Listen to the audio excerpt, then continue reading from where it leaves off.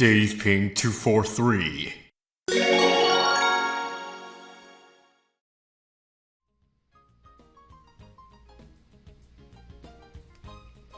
Hello guys, this is me, Dave Ping 243, and welcome back to some more Pokemon Colosseum. Last time, we went to Mount Battle, stopped Cypher's shenanigans by, defeating that game in a battle. And we also snagged his Shadow Entei, so it's now under our side, so... how about we go look at it? So yeah, level 40.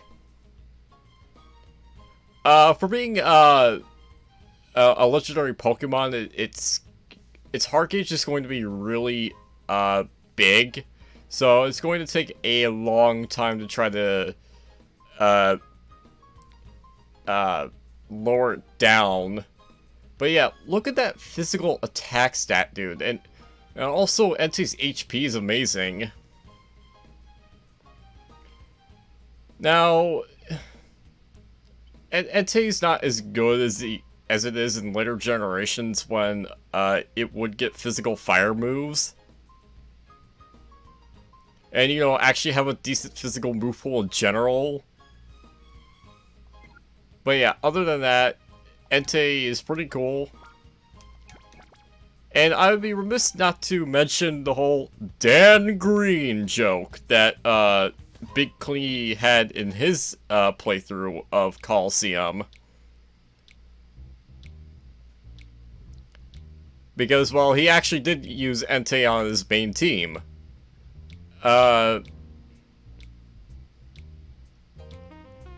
But basically now, we're going to go ahead and go to the police station. After that, we'll go back to Agate Village to report back to, Egan. And also, Johnson, you're being a dumbass.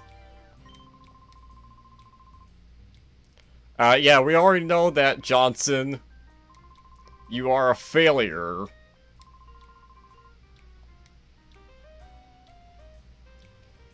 So anyway, if you go over here, there will be a jail key. You can open up cells here, but the one that is important is this one. Apparently that didn't, update. Maybe it's set to do that after you talk to Egan, but,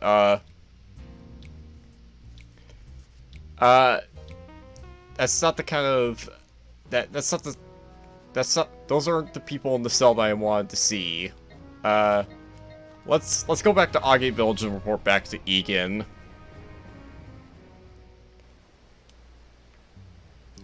Since that's what we have to do next.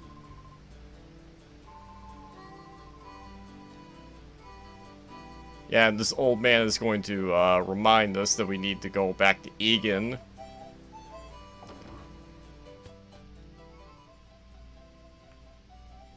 So, we're back, Egan. Yes, we have. Rui didn't even do that much. She just looked at Entei and just said, "Oh, that's a shadow Pokemon."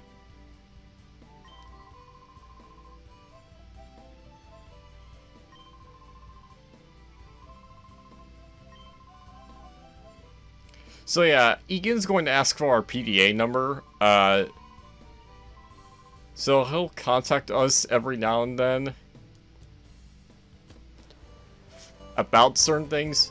But anyway, hopefully now I can go back to the police station in Pirate Town and, see if it has updated.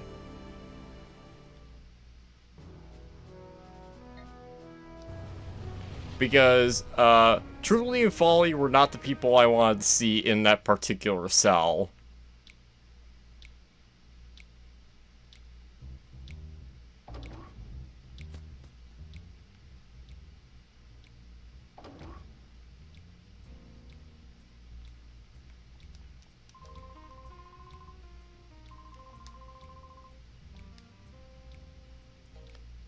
I'll be right back, folks.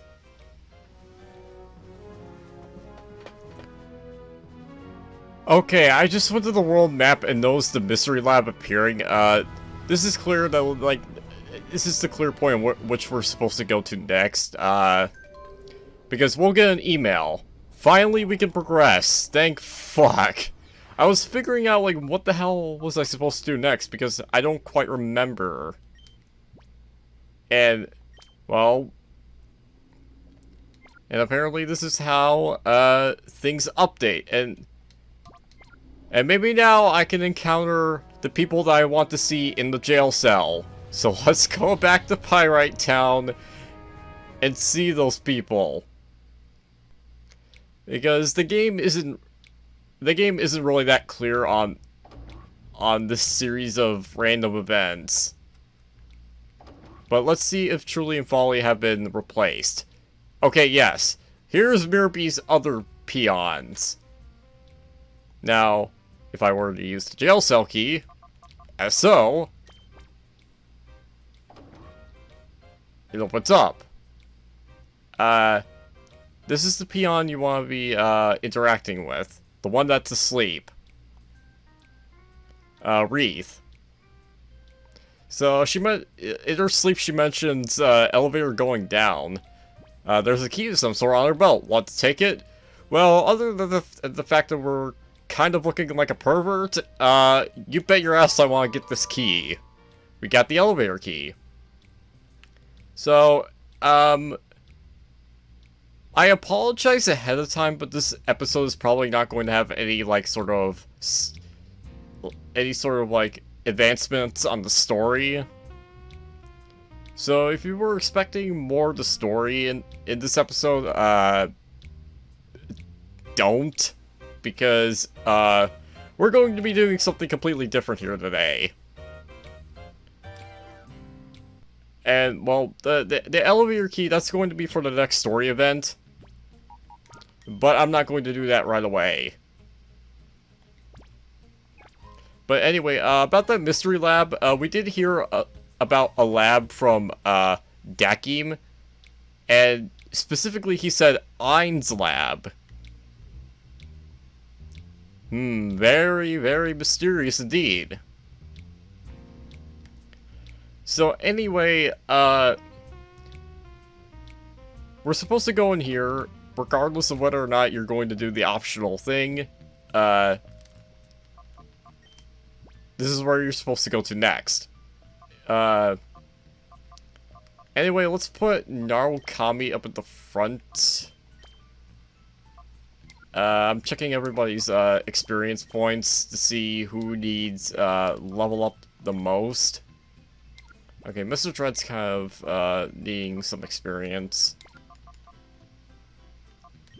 So I guess I'll pair it alongside Narukami.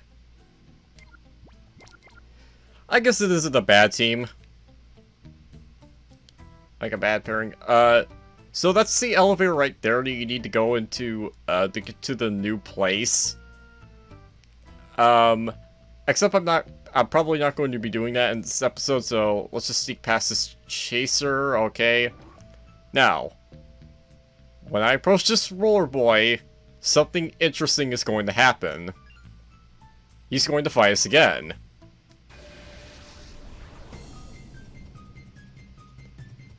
So yeah, a rematch. Wonder what that's about. His levels are higher. What is this?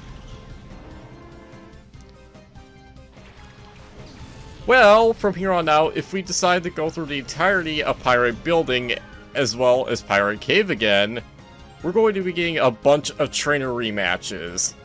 Like, in a row.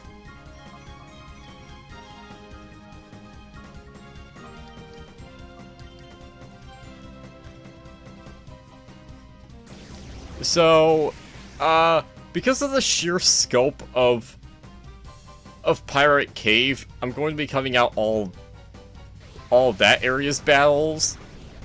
And have you guys see the Pirate Buildings battles for once, since I cut them out last time.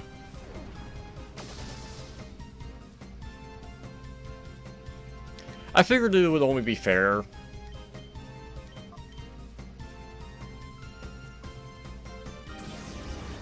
Because, well, there's less of Pyrite building to scale up through. Like, there's less trainers in here than there are in Pyrite Cave. And whoa, okay.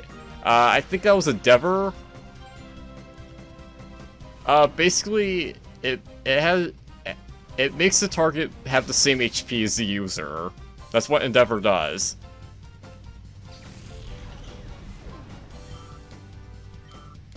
It's really good for Pokemon that have really low HP stats.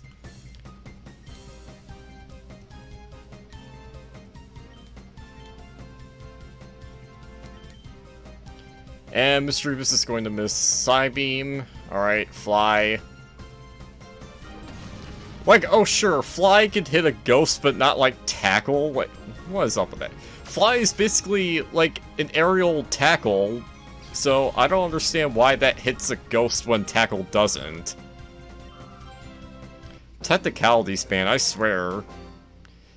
Why? Because, like flying type moves are technically not the same as normal type moves?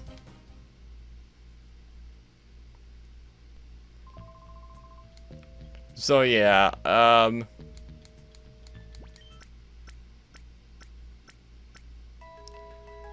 so I could use a bit of a heal up, and might as well save, since we're right at this PC.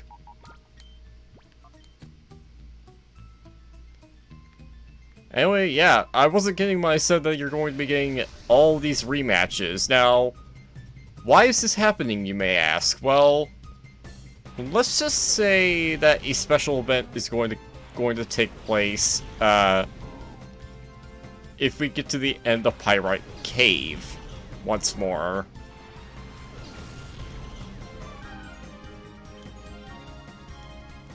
And oh god, Narukami's terrible in this matchup. It makes me wish that I had Iron Tail on or something like that. I guess I'll switch out to good old reliable Espeon. And let's Shadow Ball the Barboach, since it has less physical defense of the two. And I want Mr. Dread to be able to do a lot of damage to something.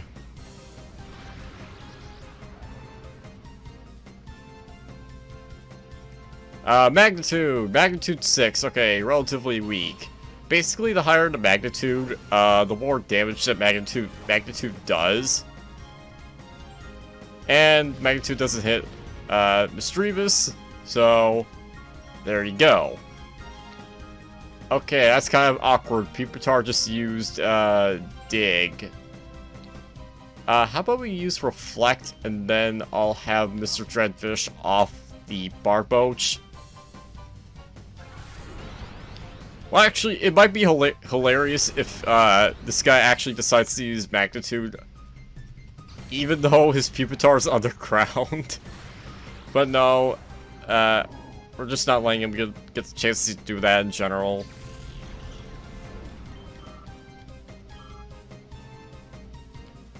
And Carvana, alright. So I guess it means we're gonna have to switch back to Ampharos Narukami and deal with the... No, I'll switch out Mr. Dread, because I need Espeon to take out this Pupitar. So, Narukami, back in you go into the fight.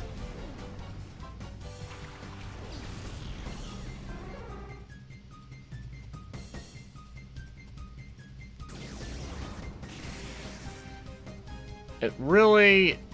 Okay, to be fair, Pupitar is kind of defensive, but still... It shouldn't be on the special side.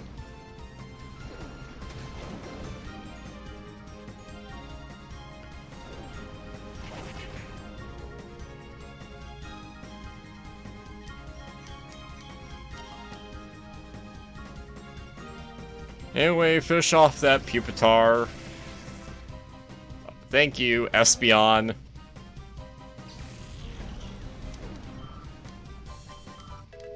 Alright, and you level up to 37. That's quite sweet. And Carvana goes down, too, so... I really hate that I have to go back and heal every time that I get done with a fight.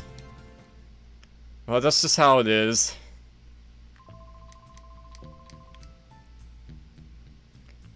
Alright, next trainer. I think all these guys have like the same dialogue as they did last time, so no reason to read it. Reparate and Magnemite. Well, I'm not going to be doing that much damage to the Magnemite, but I can at least try to get rid of the Reparate.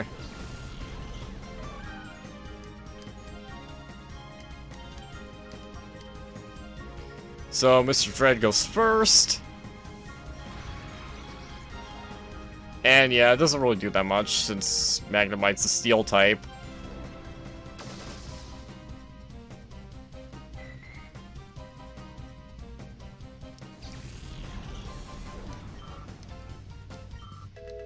And Mr. Dread gets up to level 37. And he's trying to learn Pain Split. I will actually teach it over Mean Look. Like, you're never going to be using Mean Look in this game, because trainers, like, never switch out unless if it's through via Perished song. So yeah, Pain Split is actually pretty useful for when you want to snag certain Shadow Pokemon. It's a bit complicated to explain how Pain Split works, but basically, it kind of equals out the user's HP with the target's HP. It's kind of like Endeavor in that regard, but, you'll see how it works later. That will probably do a better job of explaining how the move works than how I can in words, so yeah.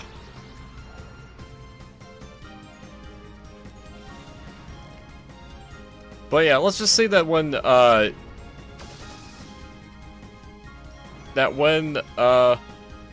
Vistridus is at high health, but the Shadow Pokemon is at low health, kind of like equalize their health, and it's going to make things a lot less painful for trying to snag Shadow Pokemon that are trying to damage themselves with Shadow Rush. So yeah, I think Pain Split is actually a pretty good move, considering. So let's switch Mr. Dread out from the front and bring in Umbreon.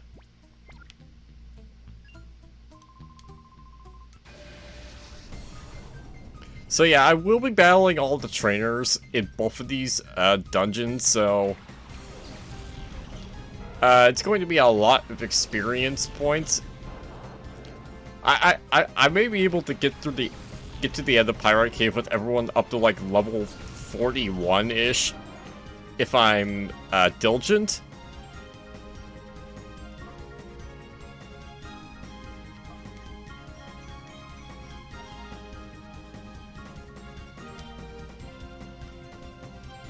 Okay, Voltorb using Shockwave. Now, thankfully, none of these Pokemon are a threat to us. Most of the time, because they're still unevolved. That will change when we do get the Pyrite Cave. I think instead of cutting out battles for Pyrite Cave, I might speed them up. That's if I know. That's if I figure out a way to speed up footage. And maybe put in like my own like post commentary for the second run through of Pyrite Cave. But if that doesn't end up happening, I'll just cut out those battles and basically kind of like describe what happens. Describe what happened like at the end of Pyrite Cave.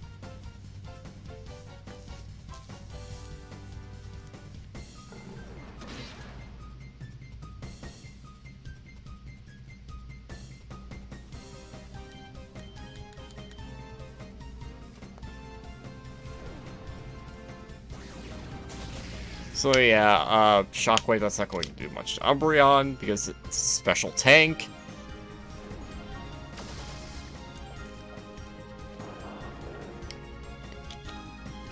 Yeah, Voltorb was like really fast. It evolves into one of the, well, probably like the fastest Pokemon in the game. Although it's unattainable in this game, so you won't be able to use it yourself. But when it evolves into Electrode, it gets a base 140 speed stat, which is ridiculous. That's faster than stuff like Jolteon. But other than the speed, Electrode isn't really anything to write home about.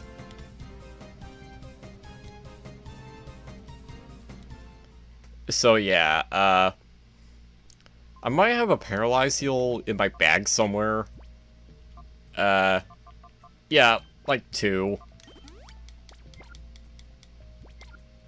Let's go face against this guy next, because even he is, rematchable.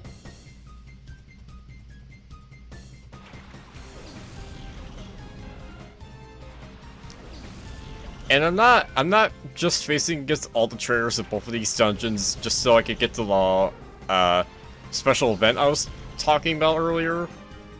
I'm also doing this because, let's just say the next, boss fight is a bit rough if you don't, grind properly. Just like with the case of Dakim. Yeah, once again, Colosseum's level progression is, not the best.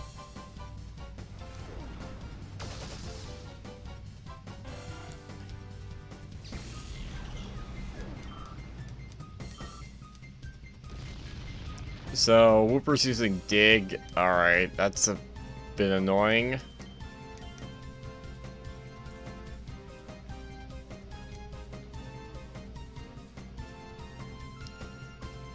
I mean, surely this won't do enough to knock out Narukami. Like, no. But it does, like, over half. Haha, you got stacked.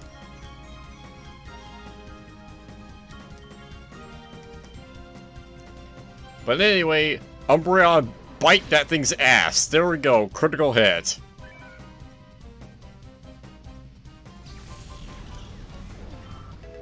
And Narukami finally gets up to level 37 just like the rest, leaving only Umbreon to be in the 36 club.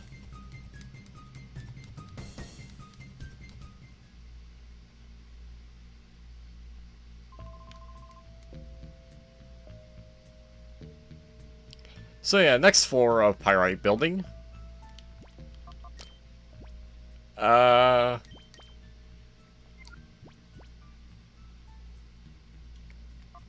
let's put Rosso up in the front.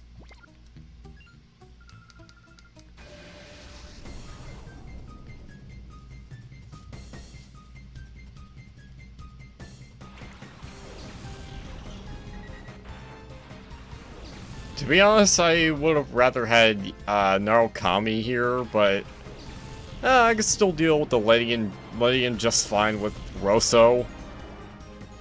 And I guess Umbreon can deal with the Doduo. Or Doduo. Always forgetting how you pronounce it exactly. But yeah, Ledian is the evolved form of Lediba, and its only good stats are special defense and speed. So yeah, this thing's weak as hell for a fully evolved Pokemon. And it's yet another bug flying type, so burn to a crisp.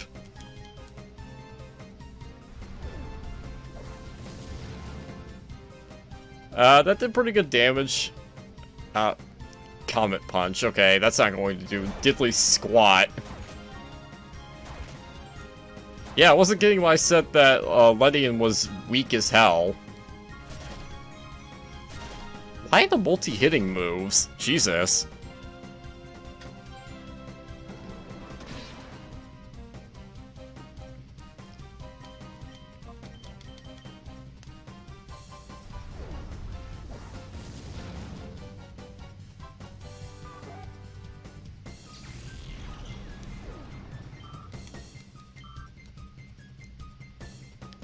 Alright, Swablu.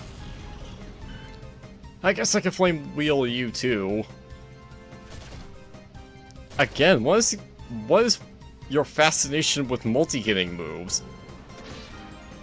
I don't understand.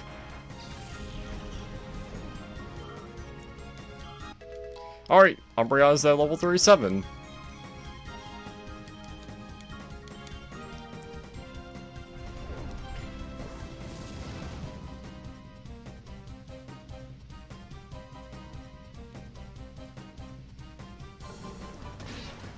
Alright, nice crit, Umbreon.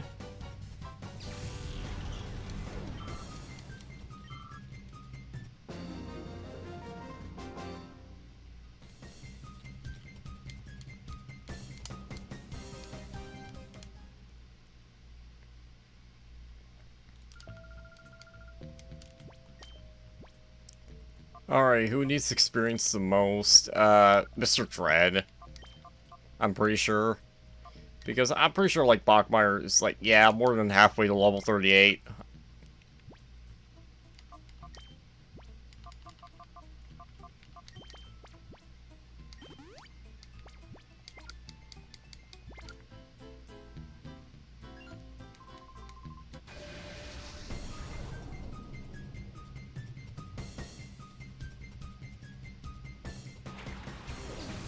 Alright, good thing I switched Rosso out of the lead, because, Celio.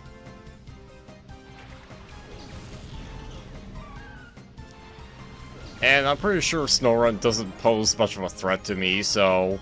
let's pick on the Celio.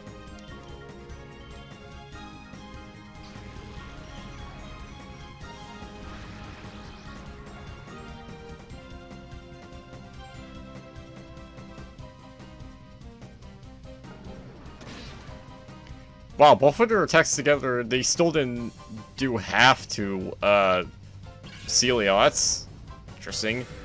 Icy Wind is actually a really good move with doubles. It always lowers speed. So yeah, Icy Wind is used for the speed drop rather than the damage that it does. So it's like a good speed control sort of move, and okay, that kind of hurt.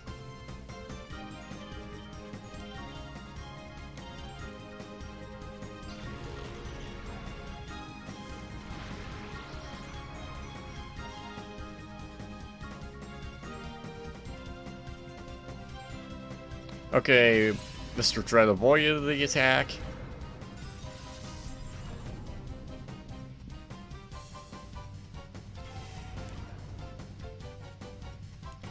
Okay, Aurora Beam. Who's it hitting? Mr. Dread! Yay! Not my tank!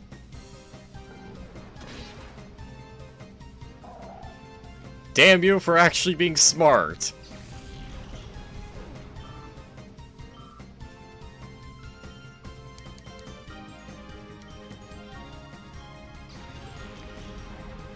Alrighty, and Snorunt should be going down fairly easily because, Snorunt's base stats are all 50, I believe, so...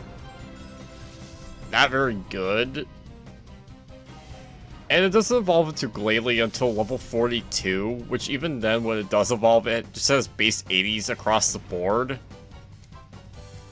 Which, to me, that's fine, but for an evolution that comes in so late, that's kind of like, why even?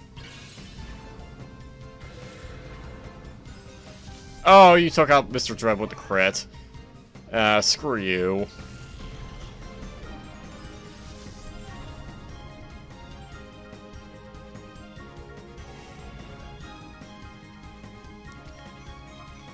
Alright, who needs experience the most? I guess Narukami.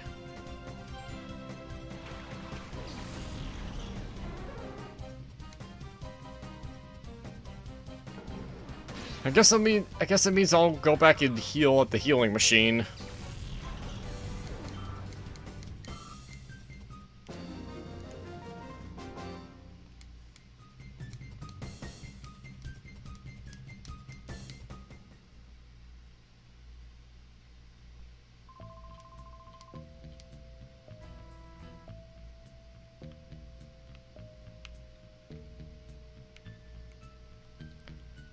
Okay, next trainer.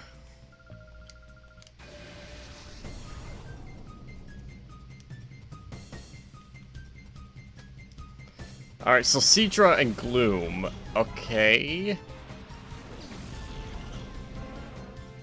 This is kind of awkward for me, I won't lie.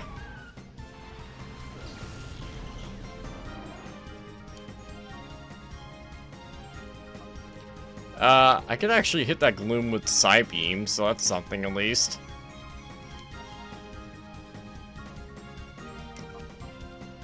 And I guess I'll hit Cedra with Toxic.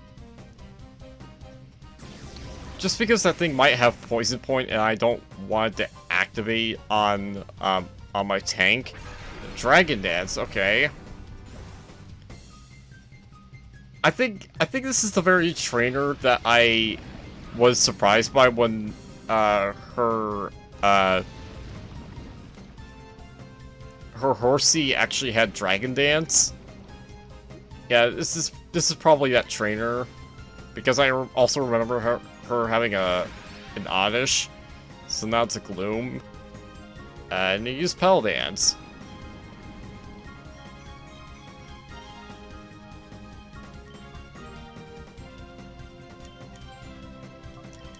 Let's just annoy the hell out of Cedra, why not? So yes, Cedra for whatever reason has pretty good physical defense, but pretty terrible special defense, so if you hit it with any sort of grass move or electric move, it's basically toast.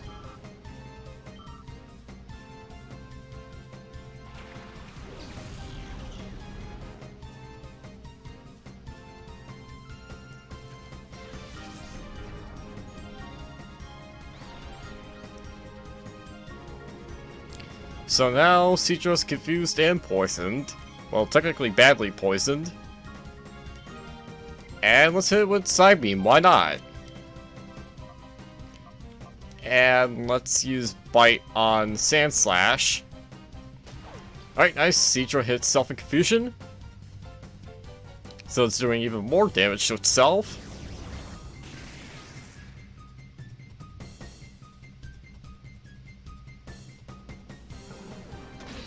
And nice!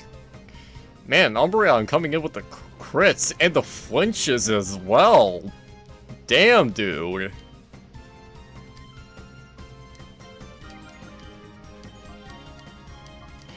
So, I guess I can leave the Cedra alone, and nice! Hit yourself in Confusion. So far, when I actually have been using Confuse Ray, I've had pretty good luck.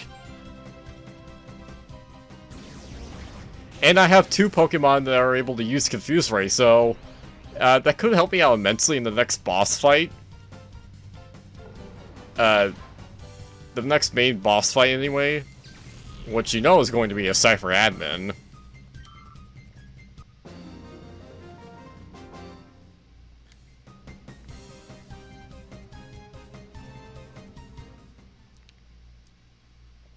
So yeah, that was pretty smooth. Alright, so, let's go with Rosso and Narukami.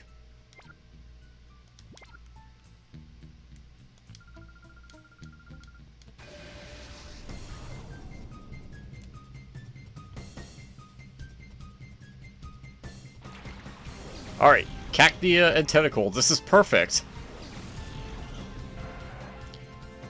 Although really, both of your Pokemon should be fully evolved at this point. You should have a Cacturn and Tentacruel. But I digress. Get smoked.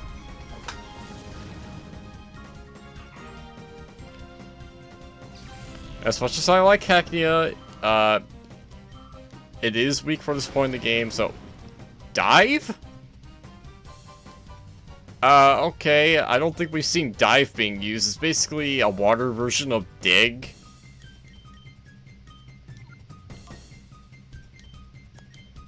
I'll dodge that with my Dig.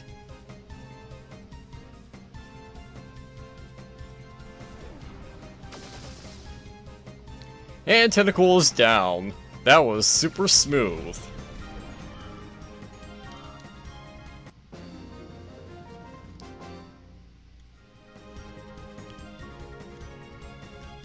Yeah, I quite literally turned the tables on you with like avoiding your turn, your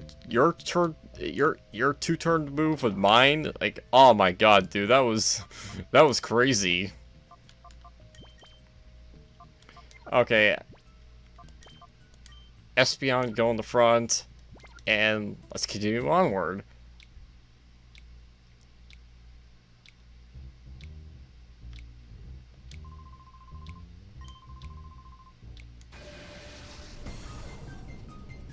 Yeah, this guy will actually fight you again. So, I'll count this guy as part of the Pyrite building. So this will be the last battle I show before we get to the quote-unquote special event. And I knew for a fact that this guy would at least have a water type, so yeah, he does have a replacement for his Quillfish. So that's cool.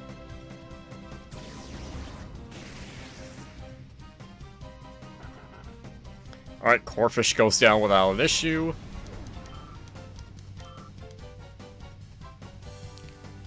And Linoon, alright.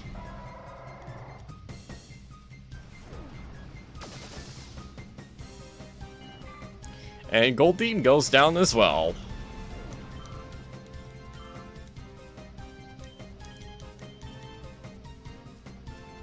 Yeah, your Linoon might be pretty fast, but not as fast as Espeon. Alright, Mudsport. That decreases the power of electric-type moves, which is actually kind of relevant here because I'm using Thunderbolt. But since Linoon's health isn't really all that high, like, it still goes down. So, Mudsport is actually pretty good on something that's actually weak to electric-type moves. But since most of the time the move is learned by ground types anyway, that's like, why even? Because ground types are immune to electricity as a whole.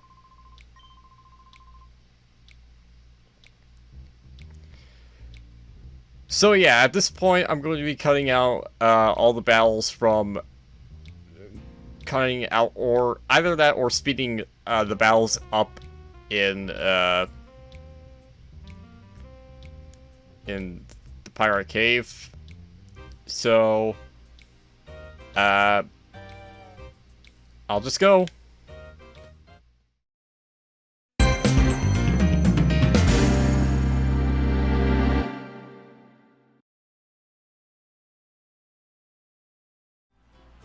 Now, you're probably all wondering, what's going to happen if we go to Mirror B's room? Because, well, we had all those trainers rematch us, and you know, that's kind of suspicious. Well, if we do so, check it out. We have a really, really weird-looking Cypher Peon. Yeah, how about we go talk to him? He says he's called Miracle B, Mirror B's rightful successor.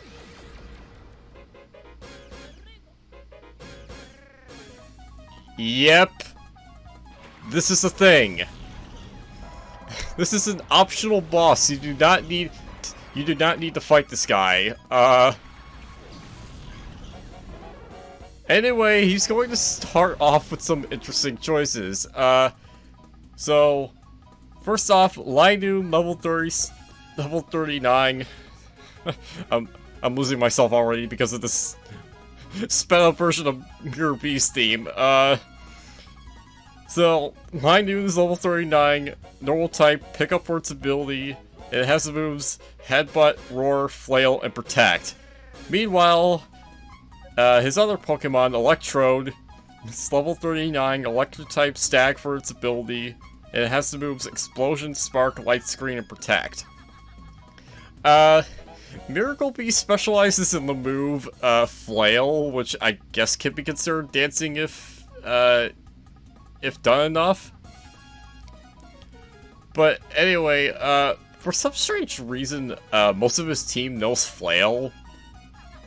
I don't know why that is. It's not a particularly great move by any means. And, like, the only Pokemon that doesn't know Flail on his team is that Electrode. Other than that, his whole team knows Protect, so make it that as you will. I'm just going to do away with that Lightning with Thunderbolt, and I'm just going to go ahead and Mudshot the Electrode. I did get a couple of levels in, but not to the extent that I thought I would. So I got all 39s up in here, except for maybe Bogmire. I can't remember. But, yeah, I'm right around this guy's level, so, yeah, Bogmire's the only one of my Pokemon that's not level 39, but that's fine.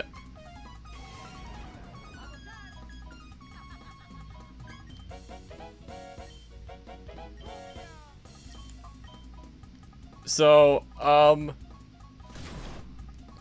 Lightning knows Headbutt, so that's going to make things a little bit, irritating. So, Spark, that does nothing to Narukami. Haha, you got stacked! Although, Narukami did get flinched, so that's annoying. Yay! Pointless critical! Really could have used that before. Anyway, Electro's fading animation's hilarious, just has his eyes pop out. Anyway, next up is Seeking, level 39. Water type, Swift Swim for its ability, and it has the moves Waterfall, Horn Attack, Flail, and Protect. So, this is mainly the reason why I didn't, go for, Rosso, because of the Seeking right here.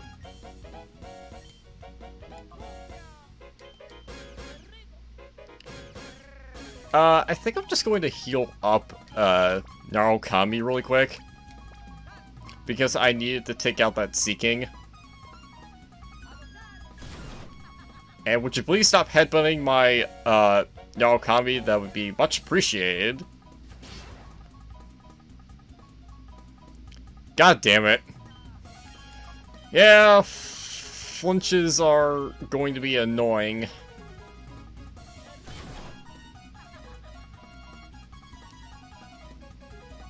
I don't know why the Seeking's going for Horn Attack when it should be using Waterfall on Narukami.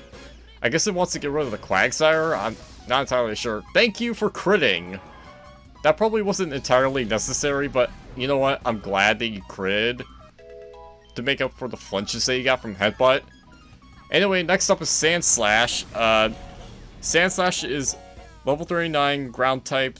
Has Sand Veil for its ability with the moves Protect, Flail, Slash, and Aerial Ace. Yeah, it's Sandslash.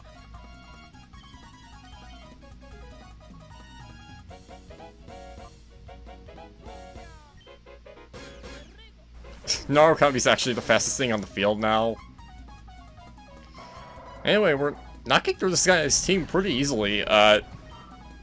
So this guy is literally a Cypher Peon that is trying to be like Mirror B. Like, his helmet is trying to look like an afro, but like it hasn't come together yet. It's like, this is all really weird. It's like, and the music is hilarious in a weird way. Like, you wouldn't believe it, but anyway, he sent out Sudowoodo, which is his last Pokemon. It's level 39, just like the rest of his team. Rock type, sturdy for its ability with the moves Flail, Mimic, Self-Destruct, and Protect. So, yeah, anyway, like, this whole fight is just weird. Like, a lot of people didn't even know that Miracle Bee existed until Chugga's LP came into place. And for good reason. You had to go out of your way to find this guy. But this is just so... like, this music... if you wanted to hear, like, an extended version of the song, there is a bit of that on YouTube. But, my god, dude, why would anyone want to listen to this? Like...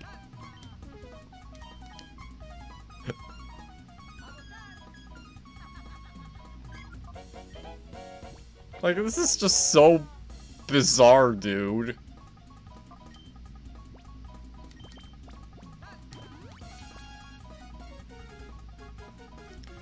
And this guy only appears,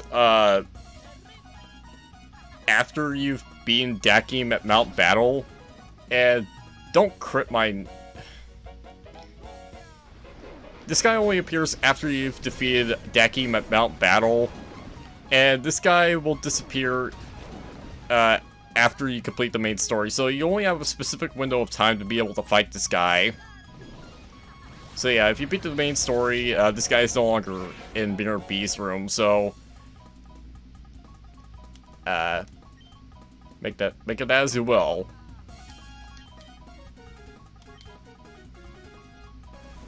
So let's get rid of the Sudowoodo and basically finish off the rest of this fight. Like, I guess you could say this whole fight is pretty stupid and uh-oh. That was a cool attacking animation. I don't think I've ever seen that one. Where Sandslash just curls up into a ball.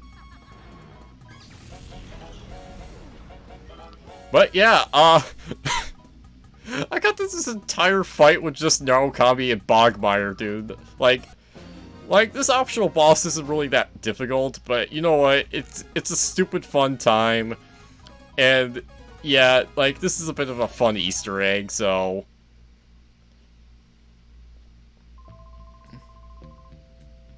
So yeah, he still says he's the rightful heir to Mirror B, so... yeah. This has been a fun romp, but anyway, that's probably going to be it for this episode. Next time on Pokemon Colosseum, we will progress with the main story and go down the elevator of which I have spoken of. Until then, see you guys then.